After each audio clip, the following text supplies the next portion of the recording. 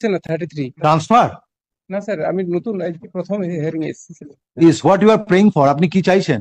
Sir আমি 11 আরএলএসটি-তে SSC তে পরীক্ষা দিয়েছিলাম। আচ্ছা, আমার পরীক্ষার রেজাল্টে দেখা গেল, আমি খাতা বের করেছি আরটিআই করে, দেখা গেল আমার প্রায় 10খানা কোশ্চেনের অ্যান্সারের সিটে ইভালুয়েশনটা ঠিকঠাক হয়নি।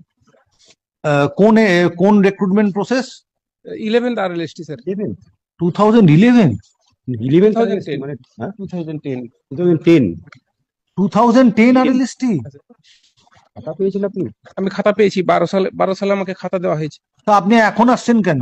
আমি এখন এসেছি স্যার। এতদিন বাদে তো আপনি এরকম ভাবে মামলা করতে পারেন না, কারণ এর তো প্যানেল বহুদিন আগে এক্সপায়ার করে গেছে। হ্যাঁ, সেটা আমি জানি, কিন্তু আমি খুব ডিপ্রেশনে ছিলাম স্যার।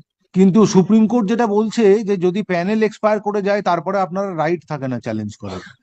কিন্তু প্যানেল যদি এক্সপায়ার করে, আমি তো দেশের নাগরিক, আমার তো বিচার পাওয়ার অধিকার আছে। হ্যাঁ, কিন্তু সেই বিচারটা তো আইনানুগ উপায় হবে।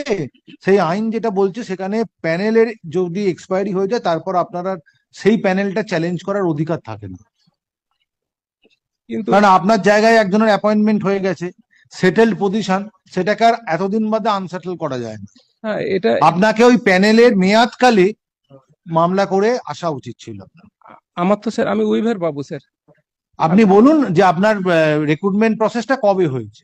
রিক্রুটমেন্ট প্রসেসটা 11 সালেই কমপ্লিট। 11 সালে যখন কমপ্লিট হয়ে গেছে, তার মানে 12 সালে প্যানেল শেষ হয়ে গেছে, 13 সালে। হ্যাঁ, 12-13 সালে হ্যাঁ, হয়ে গেছে। তাহলে আপনার 10 বছর বাদে 13 বছর বাদে আর এই মামলার আর কিছু থাকে না। কিন্তু আমি উইভার পাবো স্যার।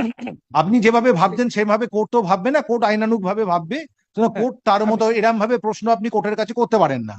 এখন যেখানে সুপ্রিম কোর্ট বিভিন্ন মামলায় বলে দিয়েছে যে প্যানেলের যে মেয়াদকাল, সেই মেয়াদকাল উত্তীর্ণ হয়ে গেলে সেই প্যানেল আর চ্যালেঞ্জ করা যায় না।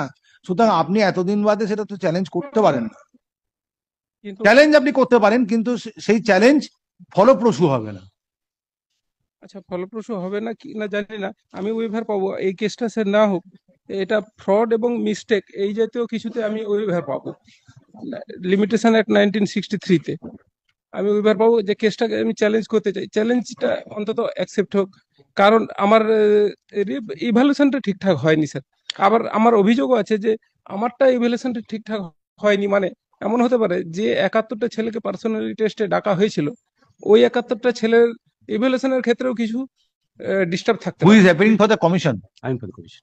Do you have any instruction? No, my lord, I've not received the brief yet. Well, obtain instruction and No. come back after vacation. Great. এটা নিয়ে নিন। এটা No, no, আচ্ছা, না।